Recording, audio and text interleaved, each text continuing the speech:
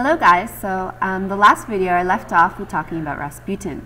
Now all of you should have answered the question on the last video about Rasputin. So as I said in the last video, Rasputin ends up being killed. Once Rasputin is killed, this sort of starts to mark a series of revolutions in Russia. Okay? What happens is after he is killed, the czars and their families are sort of kicked out of the Russian government. This is called the March Revolution. So what happens in the March Revolution?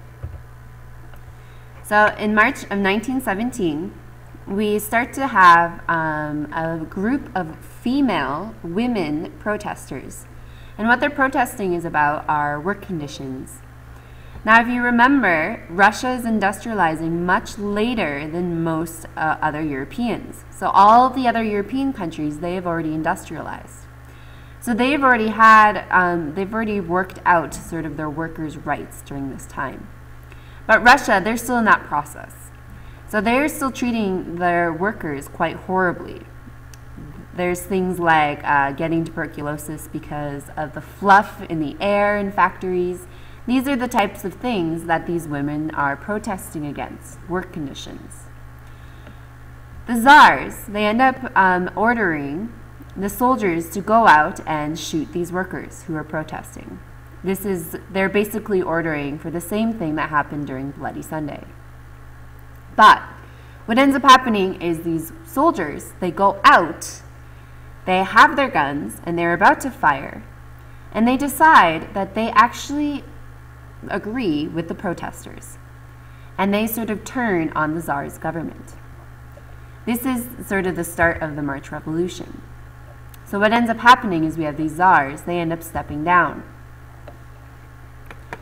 So Nicholas the Second, who is currently fighting in World War I, he sort of decides to no longer be a part of the throne and sort of flees Russia.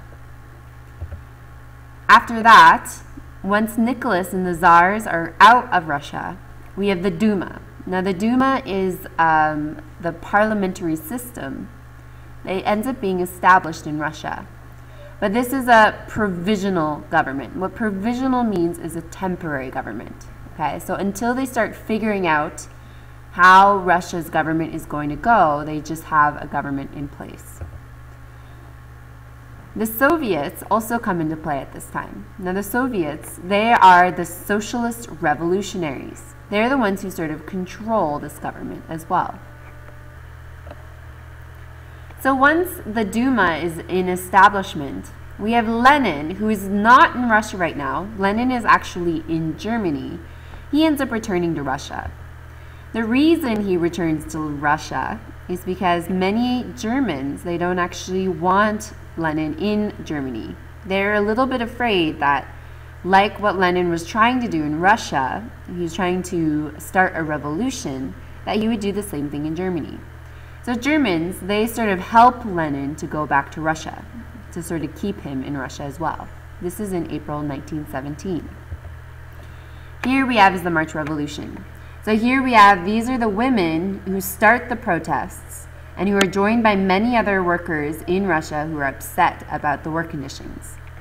And here we have the soldiers who the Tsars commanded to shoot down these people, but who end up actually joining them. Okay? The next thing is we have another revolution. So right now we have the Duma, the provisional government, is in place in Russia. But what happens is the provisional government topples. That means it sort of falls apart. So in November 17, workers end up taking control of the government.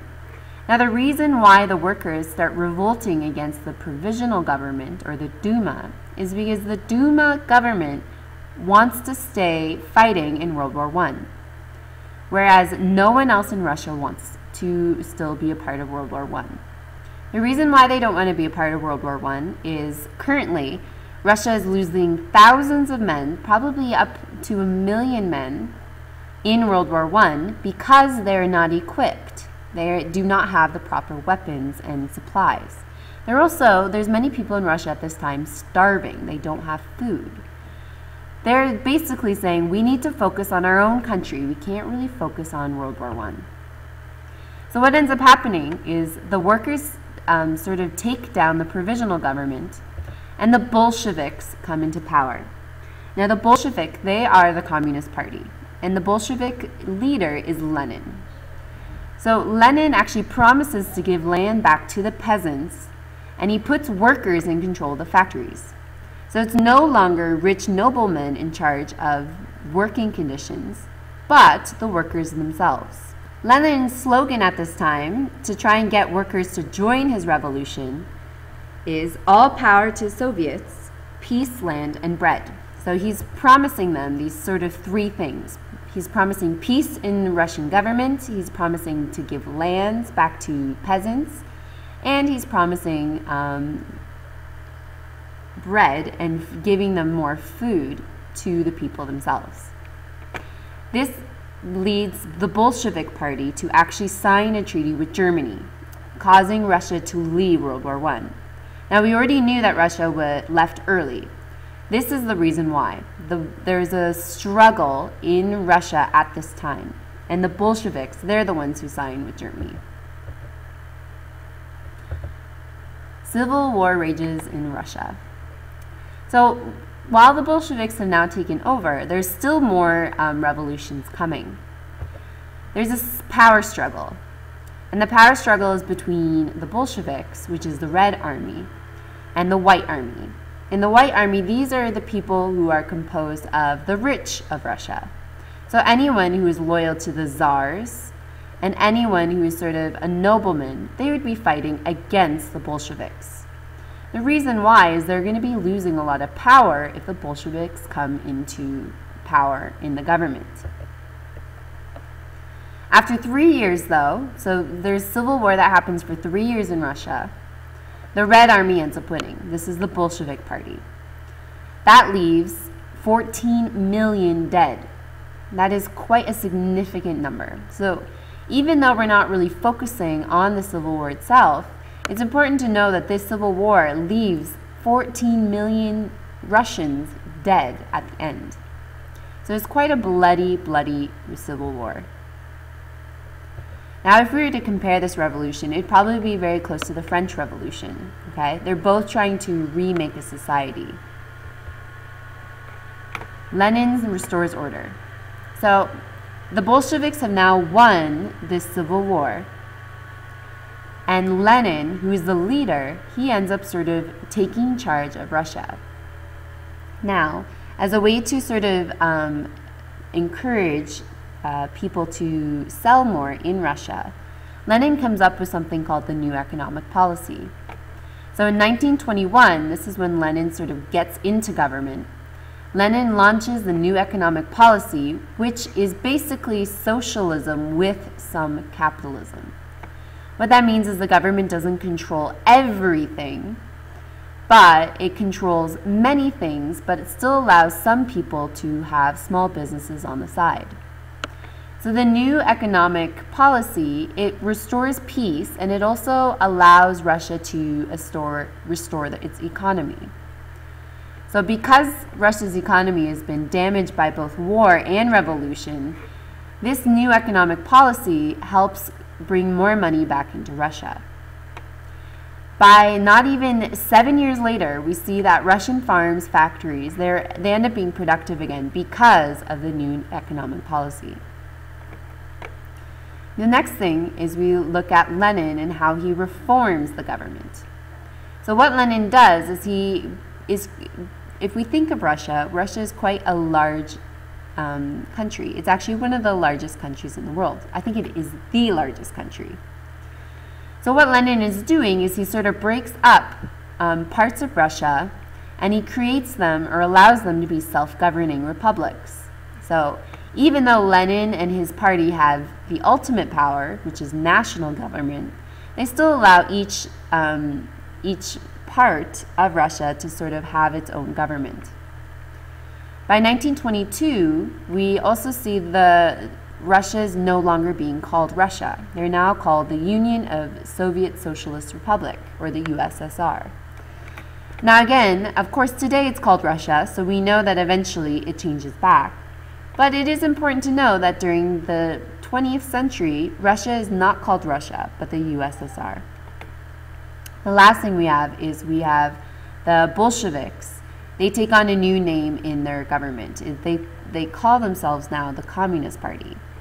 So as you know, communism is based on the ideas of Karl Marx. Okay? It's believing that the proletariat or the working class takes over and it's complete control of the government. Well, what eventually happens is we do have Lenin dying. And when Lenin dies, there's sort of a struggle for power in Russia again. And there's two men who are sort of trying to take over. We have Trotsky, who is Lenin's sort of right-hand man throughout the revolution. And we have Stalin. And they both are competing for the power in Russia. Who ends up winning is Stalin. Stalin ends up gaining a lot more power in the government. And he actually banishes Trotsky. I believe Trotsky ends up going to Latin America. So basically, the reason why Stalin sort of kicks Trotsky out is because he realizes that Trotsky has a lot of power in government in Russia at the time. And Stalin, he wants to take all the power for himself. So as we know, Stalin is a very cold-hearted communist. He was the general secretary to Lenin. And he ends up gaining more and more power from 1922 to 1927. So when Lenin dies in 1924, he has already sort of established himself in government. Stalin is very cold-hearted, and what he ends up doing is not only does he force Trotsky into exile, he takes over as a dictator. So this is sort of the important things to know. We're going to talk a little bit more about Stalin next week.